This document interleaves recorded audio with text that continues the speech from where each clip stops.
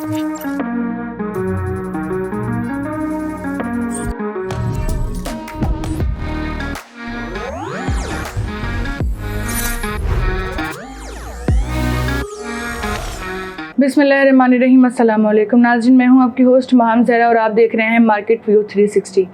नाज़रीन, आज के जो मेहमान हैं हमारे साथ वो हैं मोहम्मद सुफियान, जो कि इक्विटी डीलर हैं। सुफियान, अस्सलाम वालेकुम, कैसे हैं आप? सुफियान, ये बताएं कि अभी जितने दिन से ये सियासी मामला चल रहे हैं, सभी यही कह रहे थे कि 28 तारीख के बाद स्टॉक मार्केट में बहुत बड़ा चेंज देखने को मिलेगा, तो क्या चेंज आया? 28 तारीख के बाद चेंज देखने को मिलेगा, वो इस सूरत में कह रहे थे क्योंकि जो मुल्क की हालात है वो बहुत ज़्यादा तब्दील होने थे। 28 तारीख को करारदाद पेश हुई और उसके बाद हमने देखा कि हमारे स्टॉक मार्केट के जो हालात है वो चेंज हो गए। पहले तो जो जुम्मे की जो क्लोजिंग आई थी वो एक बेहतर क्लोजिंग आई थी, लेकिन उसके बाद फिर पीर का दिन थोड़ा सा बेहतर नहीं रहा था। क्लोजिंग कुछ बेहतर आई थी, लेकिन वॉल्यूम्स जो थे वो इतना ज़्यादा खासा खा नहीं थे। मंगल का दिन कुछ उससे बेहतर था क्योंकि हुकूमत वहाँ पे गालिब लग रही थी। हुकूमत थोड़ी सी तगड़ी हो चुकी थी क्योंकि PMLQ साथ मिल चुकी थी हुकूमत के, और उसके बाद हमने देखा कि स्टॉक मार्केट पे एक अच्छा रिएक्शन उसका आया, थोड़े बहुत वॉल्यूम्स भी जनरेट हुए, इंडेक्स भी ऊपर की तरफ गया। एक 43,700 का एक एरिया था, इंडेक्स के पास एक रेंज थी 42,700 टू 43,700। ये एक जो 1000 पॉइंट की रेंज है, इसके अंदर जब भी इंडेक्स आया है तो ये एक सपोर्ट एरिया है, लेकिन यहाँ पर इंडेक्स आके फंस जाता है। यहाँ पर बहुत ज़्यादा बाइंग प्रेशर की ज़रूरत होती है, या कोई बहुत अच्छे सेंटिमेंट्स की या कोई पॉजिटिव न्यूज़ की ज़रूरत होती है, जिसके बाद ये क्रॉस करके ऊपर जाए। तो उस दिन खबर अच्छी थी हुकूमत के लिए, तो 43,700 को क्रॉस हुआ और फिर उसके बाद ऊपर आई मार्केट। और कल के दिन भी हमने देखा कि कल के दिन चूँकि हुकूमत गालिब नहीं थी, अपोजिशन गालिब हो गई थी, क्योंकि MQM पाकिस्तान अपोजिशन के साथ आ गई थी। परसों रात को ये खबर आ चुकी थी, तो उसको लेके हमने देखा कि कल मार्केट के अंदर बहुत ज़्यादा उतार चढ़ाव था। हालांकि मार्केट ने अपना लेवल 44,000 का तो बरकरार किया हुआ है, आज के दिन भी 44,600 पर ही है, काफ़ी ऊपर ही है इंडेक्स। हालांकि हुकूमत के लिए मामला ख़राब हो चुके हैं, लेकिन इंडेक्स अपना जो 42,700 और 43,700 का जो एरिया है उससे चूँकि बाहर आ गया, तो उससे ऊपर ही अभी तक ट्रेड कर रहा है। और कल के दिन वॉल्यूम्स काफ़ी ज़्यादा हुए थे। कल बैंक्स की काफ़ी अच्छी बाइंग आई थी, PPLP के अंदर हमने देखा काफ़ी अच्छे स्क्रिप्ट के अंदर बाइंग आई थी। इसके अलावा जो ट्रेडिंग वाले स्क्रिप्ट हैं उनके अंदर भी मूवमेंट आई। तो पिछले कई हफ्तों का जो वॉल्यूम अगर देखें तो उसके अंदर सबसे ज़्यादा वॉल्यूम्स कल के दिन थे। तो मार्केट में मंदी और तेज़ी का रुझान वॉल्यूम्स के हिसाब से देखा जाता है। इंडेक्स भले थोड़ी सी रेंज में हो, लेकिन अगर वॉल्यूम्स बहुत ज़्यादा हो तो मार्केट अच्छी कहलाती है। तो इसीलिए हम कह रहे थे कि कल के दिन मार्केट अच्छी थी। और 28 तारीख के बाद क्योंकि ये सारे सिनेरियोज बने हैं, तो इसी वजह से काफ़ी एक चेंज आया हमारे स्टॉक मार्केट में। अच्छा, अभी कौन कौन से शेयर्स हैं जो इन सियासी मामलों की वजह से जिनकी प्राइस जो है ना वो गिर गई है? बहुत सारे शेयर्स हैं, तकरीबन पूरी मार्केट ही नीचे आ गई है। सर्ड पाकिस्तान जो उसकी एक आप कह लीजिए कि जो मार्केट में एक ऐसा समझा जाता है, एक स्कूल ऑफ थॉट है कि समझा जाता है कि 200 रुपये से ऊपर अगर वो रहता है तो वो उसकी एक फेयर वैल्यू कहलाएगी, लेकिन वो अगर आप देखें तो 120 रुपये से भी नीचे ट्रेड कर रहा था। इसी तरीके से साजगार इंजीनियरिंग उसको कहा जाता है कि वो 100 रुपये से ऊपर की ट्रेडिंग करे तो वो एक उसकी फेयर वैल्यू होती है, तो वो उससे भी नीचे था। तो काफ़ी सारे स्क्रिप्ट ऐसे हैं जिनकी जो फेयर वैल्यू मार्केट में समझी जाती है उससे भी काफ़ी ज़्यादा नीचे जा चुके हैं। कुछ ऐसे स्क्रिप्ट्स हैं जो अपनी फेस वैल्यू से भी नीचे, जो कि 10 रुपये है, उससे भी काफ़ी नीचे ट्रेड कर रहे थे, जैसे फ्लाइंग सीमेंट है, इसके अलावा फौजी सीमेंट है। TPL कॉर्पोरेशन काफ़ी दिन तक अपनी फेस वैल्यू से नीचे ट्रेड करता रहा। तो ये काफ़ी सारे स्क्रिप्ट्स हैं। टेलीकार्ड अपनी फेस वैल्यू से नीचे गया, तो काफ़ी सारे स्क्रिप्ट्स हैं जो बिल्कुल नीचे आ गए। लेकिन कुछ पॉजिटिव मोमेंटम कल के दिन आया, क्योंकि ये ट्रेडिंग वाले स्क्रिप्ट्स हैं।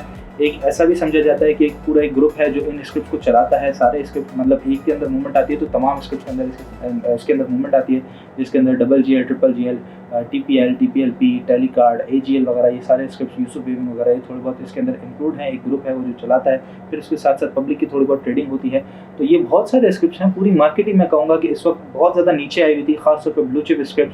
और ब्लू चिप स्क्रिप्ट्स के अंदर तो कुछ ऐसे स्क्रिप्ट्स हैं जिनके अंदर कुछ अच्छे बोनस वगैरह थे, जैसे मिलेट ट्रैक्टर के अंदर था, तो वो एक्स होने के बाद भी काफ़ी ऊपर आया और उसके बाद अभी काफ़ी ऊपर ट्रेड कर रहा है। 2 दिन से उसके ऊपर जो वॉल्यूम्स हैं वो भी बन रहे थे और साथ ही उसकी वैल्यू भी ऊपर आई। फिर इसी तरीके से सिस्टम्स लिमिटेड 100% बोनस दिया। आज ही उसका एक्स है जब हम रिकॉर्डिंग कर रहे हैं, और आज के दिन ही वो 13-14 रुपये जिस वक्त हम रिकॉर्डिंग कर रहे हैं तो प्लस है। तो काफ़ी सारे ऐसे ब्लू चिप्स भी थे जो एक्स होने के बाद भी काफ़ी ऊपर आ चुके।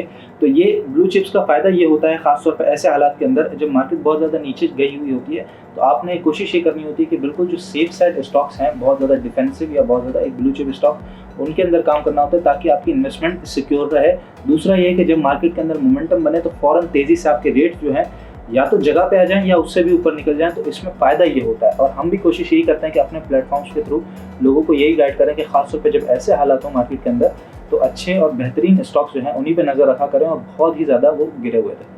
अच्छा, अब आगे जो है वो स्टॉक मार्केट को कैसा देख रहे हैं कि अभी भी स्टॉक मार्केट सियासी मामलों की वजह से डिस्टर्ब रहेगी या बेहतरी की तरफ आएगी? देखिए, सियासी मामला जो है ना वो एक वक्ती तौर तक है, वक्ती तौर पे ही है।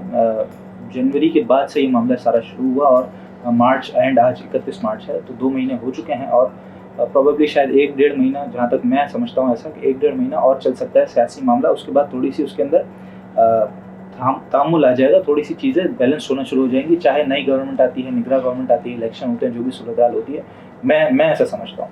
लेकिन जो इकोनॉमी के हालात हैं वो बेहतर पिक्चर शो नहीं कर रहा है। सियासत का बिल्कुल असर आता है हमारे स्टॉक मार्केट पे और बिल्कुल नज़र भी रखनी चाहिए, क्योंकि हम प्रो इलेक्शन ईयर में हैं। अभी तक इलेक्शन के आम इंतखाबात वक्त से पहले होने की कोई भी अभी तक की बात नहीं हुई है, लेकिन एक देखा जाए तो अभी तक प्रो इलेक्शन ईयर के अंदर है। तो प्रो इलेक्शन ईयर के अंदर स्टॉक मार्केट बहुत ज़्यादा अप एंड डाउन करती है सियासत को लेकर। लेकिन सियासत से ज़्यादा जो चीज़ मुझे कंसर्न करती है वो हमारे इकोनॉमिक हालात हैं, क्योंकि दुनिया भर में इन्फ्लेशन बढ़ी हुई है, दुनिया भर में इंटरेस्ट रेट्स बढ़े हुए हैं, डेट लेवल्स काफ़ी ज़्यादा बढ़ गए हैं। श्रीलंका की हालत हमारे सामने है, इसी तरीके से यूक्रेन और रशिया के दरमियान जो जंग के हालात चल रहे हैं उसकी वजह से काफ़ी सारे ऐसे ममालिक हैं जिनकी ट्रेड बहुत ज़्यादा मुतासिर हुई है। एनर्जी प्राइसेस उनके बहुत ज़्यादा ऊपर गए हैं, फ्यूल के प्राइसेस काफ़ी ऊपर गए हैं, हमारे सामने है। कमोडिटी प्राइसेस, चाहे कोयला हो चाहे ऑयल प्राइसेस हो, दोनों बहुत ज़्यादा ऊपर गए। और इसी के साथ साथ फिर पाकिस्तान के अंदर डॉलर कंटिन्यू रोज़ाना बढ़ रहा है। करंट अकाउंट डेफिसिट हमारा एक्सपेक्टेड ये है कि जो अभी आएगा वो थोड़ा सा बढ़ के आएगा।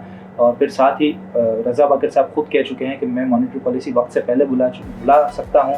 और पिछले जो 3 इवेंट गुजरे हैं, टी बिल्स के ऑप्शन, PIB ऑप्शन और फिर साथ ही जो सेविंग सर्टिफिकेट्स है उस पे रेट्स का बढ़ना, तो तीनों पे रेट्स बढ़ के आया। तो इसका ये एक इंडिकेशन है कि जो अगर वक्त से पहले इंटरेस्ट रेट्स आ जाते हैं तो उसके अंदर इंटरेस्ट रेट्स, जो मॉनेटरी पॉलिसी अगर आ जाती है तो उसके अंदर इंटरेस्ट रेट्स बढ़ सकते हैं। तो अगर इंटरेस्ट रेट्स डबल डिजिट्स में चले जाते हैं तो ये हमारी इंडस्ट्रीज़ के लिए बेहतर चीज़ नहीं होगी। और ऐसे हालात के अंदर जहाँ पे पॉलिटिकल अनसर्टेनिटी भी ज़्यादा हो और इकोनॉमिक सिचुएशन भी हमारी इतनी ज़्यादा बेहतर ना हो, तो नज़र ऐसा आ रहा है कि अगर हुकूमत टिकती है तो भी संभालना मुश्किल हो जाएगा, हुकूमत जाती है तो नई हुकूमत या निगरान हुकूमत जो भी आएगी उसके लिए भी संभालना मुश्किल हो जाएगा। आज की ही खबर है बिजनेस रिकॉर्डर की, उसमें ये कहा गया कि बजट बनाना शुरू कर दिया था मार्च पहली से। उनके जो हमारी फाइनेंस टीम अभी करंट है उनके प्लान के अंदर था कि 1 मार्च से हम बजट बनाना शुरू करेंगे और 3 महीने के अंदर बजट तैयार करके जून में बजट पेश किया जाएगा। लेकिन पॉलिटिकल अनसर्टेनिटी की वजह से जो बजट है वो कंटिन्यू डिले हो रहा है। फिर साथ ही जो IMF का प्रोग्राम अभी लगा हुआ है हमारे, वो रिव्यू के अंदर है, अभी तक उसका अप्रूवल नहीं आया, तो वो भी डिले का शिकार है।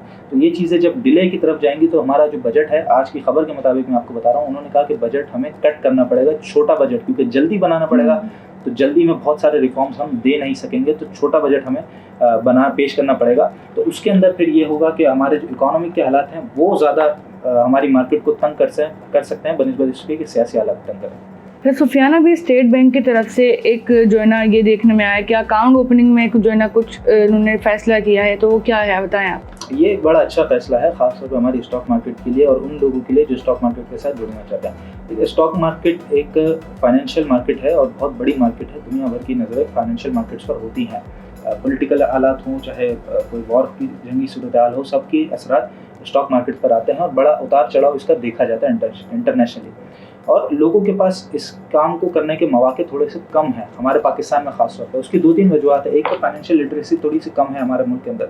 दूसरा ये कि जो लोग काम करना भी चाहते हैं तो अकाउंट ओपनिंग के लिए जो चीज़ें हैं वो काफ़ी ज़्यादा थोड़ी पेचीदा हैं लोगों के लिए, थोड़ा उन्हें समझ भी नहीं आता, क्योंकि जो FATF का मामला है, हम ग्रे लिस्ट में हैं, तो एंटी मनी लॉन्ड्रिंग के जो लॉज हैं वो ये कहते हैं कि उस बंदे की तमाम जो सोर्स ऑफ इनकम है, उसके बैंक अकाउंट्स वगैरह, उसकी टैक्सेशन की डिटेल्स वगैरह, वो तमाम चीज़ें हमारे पास अवेलेबल होनी चाहिए। तो अब आप ज़ाहिर सी बात है कि अगर एक आम बंदा जो एक दुकान पर काम करता है या एक मजदूर आदमी है या कोई इलेक्ट्रिशियन वगैरह है, प्लम्बर है, जो अपनी फ्रीलांसिंग वगैरह करके कमाता है, तो उसके पास तो proof of source of income नहीं होता, उसको बनाने में थोड़ी सी दुश्वारी आती है। तो ये सारी चीज़ें हैं। उसके लिए एक चीज़ आ गई थी सहूलत अकाउंट की, कि सहूलत अकाउंट में उन्होंने कहा था कि थोड़ी सी आपकी एक लिमिटेड हो जाएगा, मतलब जो इनकम जो आप इन्वेस्टमेंट करेंगे वो लिमिटेड होगी सिर्फ और सिर्फ 8 लाख की। और उसके अंदर ये है कि थोड़ी सी जो रिक्वायरमेंट्स अकाउंट ओपनिंग की है वो नॉर्मल अकाउंट की मुनासिबत से थोड़ी सी कम होगी। अब उसको लेकर भी थोड़ा सा प्रॉब्लम आती है लोगों को ऑनलाइन अकाउंट ओपनिंग के लिए भी। उसके लिए स्टॉक ब्रोकर एसोसिएशन भी और स्टॉक एक्सचेंज के जो लोग हैं वो भी ये चाहते थे कि एक ऐसा प्लेटफॉर्म होना चाहिए, जिस तरीके से आपने क्रिप्टोज वगैरह में देखा है कि एक ही एप्लीकेशन के थ्रू आप घर बैठे अपने अकाउंट ओपनिंग कर सकते थे। तो स्टेट बैंक ऑफ पाकिस्तान और CDC की तरफ से इनिशिएटिव लिया गया, जो कि मैं समझता हूँ कि एक बहुत बड़ा और एक बहुत अच्छा इनिशिएटिव है, जिससे हमारी स्टॉक मार्केट को एक बहुत ज़्यादा ग्रोथ मिल सकती है, बहुत ज़्यादा लोग इसके साथ जुड़ सकते हैं जो काम करना चाहते हैं। उसमें ये होगा कि आपकी जो भी बैंक है उस बैंक अकाउंट के साथ आपको एक एप्लीकेशन दी जाती है जहाँ से आप अपनी ट्रांजैक्शन वगैरह करते हैं। पिछले दिनों पाकिस्तान गवर्नमेंट की तरफ से रास्त एक प्रोग्राम लेकर आया जिसके थ्रू आप बगैर बैंक अकाउंट के भी आप पैसे ट्रांसफ़र वगैरह कर सकते हैं अपने CNH पे। उसी तरीके का एक प्रोग्राम आप इसे समझ लीजिए कि आपकी एप्लीकेशन के अंदर ही ऑप्शन होगा आपके स्टॉक मार्केट में इन्वेस्टमेंट करने का, यानी उसी में अंदर एप्लीकेशन के अंदर जो आपकी फॉर एग्जांपल मीज़ान बैंक की एप्लीकेशन है तो उस एप्लीकेशन के अंदर ही आपके पास ऑप्शन आ जाएगा अकाउंट ओपनिंग का इन कैपिटल मार्केट। तो जो रेजिडेंट पाकिस्तानी हैं वो उस एप्लीकेशन में ही उस ऑप्शन के थ्रू अपने अकाउंट की सारी डिटेल वगैरह प्रोसेस कर सकेंगे। जो अभी डिटेल्स आई हैं उसके मुताबिक मैं बता रहा हूँ, कुछ भी चीज़ इसमें फाइनलाइज नहीं है, सिर्फ और सिर्फ ये अभी इनिशिएटिव लिया गया। उसके अंदर वो सारी डिटेल्स वगैरह जो भी रिक्वायरमेंट्स वगैरह वो फुलफिल करेंगे और घर बैठे उसी मोबाइल एप्लीकेशन के थ्रू ही KYC उनका पूरा हो जाएगा, क्योंकि बैंक में उन्होंने सारी तमाम इन्फॉर्मेशन दी हुई है। तो बैंक से इन्फॉर्मेशन उठ के यहाँ पर आ जाएगी, तमाम डेटा NCCPL के साथ लिंक हो सकता है और फिर उसके बाद घर बैठे ही आसानी से 3 से 5 वर्किंग डेज में उसका अकाउंट खुल सकता है और वो ब्रोकर के साथ जुड़ के अपनी ट्रेडिंग वगैरह और इन्वेस्टमेंट वगैरह शुरू कर सकता है। तो ये एक बहुत अच्छा इनिशिएटिव होगा। वो लोग जो क्रिप्टोज़ की तरफ जा रहे थे क्योंकि वहाँ पे अकाउंट ओपनिंग आसानी से खुलता है, तो ये तो एक लीगल मार्केट है। क्रिप्टोज़ अभी तक पाकिस्तान में लीगल नहीं हुए, ये तो एक बिल्कुल लीगल काम है, एक बड़ा अच्छा काम है जहाँ पर एक एसेट आपका बिल्ड हो सकता है, एक बहुत बड़ा पोर्टफोलियो बिल्ड हो सकता है, आपकी एक बहुत अच्छी इन्वेस्टमेंट बिल्ड हो सकती है for the future long term के लिए। तो काफ़ी सारे मौके स्टॉक मार्केट में मौजूद हैं जिससे लोग अभी बाखबर नहीं हैं, बेखबर हैं लोग इससे। तो मैं ये समझता हूँ कि अगर इसी तरीके के इनिशिएटिव लिए जाते रहे तो हमारी स्टॉक मार्केट बहुत ज़्यादा बढ़ सकती है और ये एक बहुत अच्छा इनिशिएटिव है। मैं ये समझता हूँ कि इस पर और ज़्यादा काम करके इसे जितना जल्दी हो सके लॉन्च करना चाहिए। क्या सुफियान, वन लास्ट क्वेश्चन कि ये वक्त मार्केट का इन्वेस्टमेंट के लिए कैसा है? देखें, एक बहुत मशहूर माकूला है कि जब भी मार्केट में लाल लाल हो तब बाय करना चाहिए, यानी खून रेजी हो मार्केट के अंदर, इंडेक्स लाल हो और जब ब्लड बात हो तभी बाय करना चाहिए। इंटेलिजेंट इन्वेस्टर एक बहुत मशहूर बुक है स्टॉक मार्केट के लिए और इन्वेस्टमेंट के लिए भी। उसके अंदर भी ये कहा जाता है कि जब बहुत ज़्यादा हालात ख़राब हों तभी इन्वेस्टमेंट बिल्ड की जाती है, मतलब तभी मौका होता है कि आप अपना पोर्टफोलियो बिल्ड करना शुरू करें। और हमारे मुल्क के हालात देखें और उसी की वजह से स्टॉक मार्केट के हालात देखें तो खून रेजी ज़्यादा है, यानी कि ब्लड बात अभी ज़्यादा है मार्केट के अंदर, हमारी लाल इंडेक्स बहुत ज़्यादा है।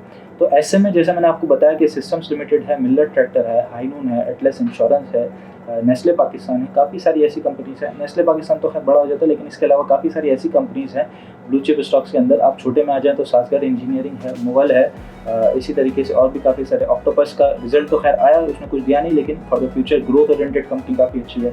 एवियन का रिजल्ट आना बाकी है। OGDC आप देख लीजिए, रेकोडिक से बड़ा फ़ायदा होना है। तो ये सारी वो कंपनीज़ हैं जो मैं आपको पहले बात कर रहा था कि फेयर वैल्यू से भी नीचे आ चुकी हैं। तो ये वही कंपनीज़ है जो अपनी फेयर वैल्यू से बहुत ज़्यादा नीचे आ चुकी हैं।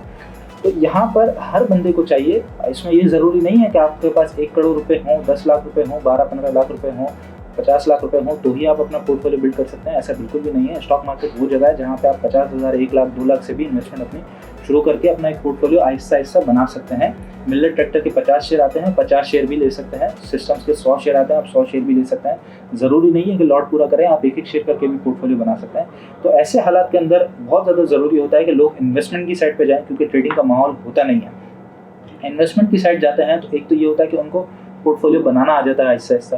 दूसरा ये कि थोड़ा सा वो एक सब्र सीख सकते हैं इसके अंदर कि सब्र करके किस तरीके से एक अच्छा फल हासिल किया जा सकता है। उसके अंदर एक चीज़ ये भी होती है कि लोग थोड़ी सी अगर मेहनत वगैरह ज़्यादा करें, उस कंपनी के अंदर सर्च ज़्यादा करें तो ये चीज़ ज़्यादा बेहतर होती है। इन्वेस्टमेंट के लिहाज से अभी इस वक्त एक बहुत अच्छा एक गोल्डन टाइम है, गोल्डन अपॉर्चुनिटी है।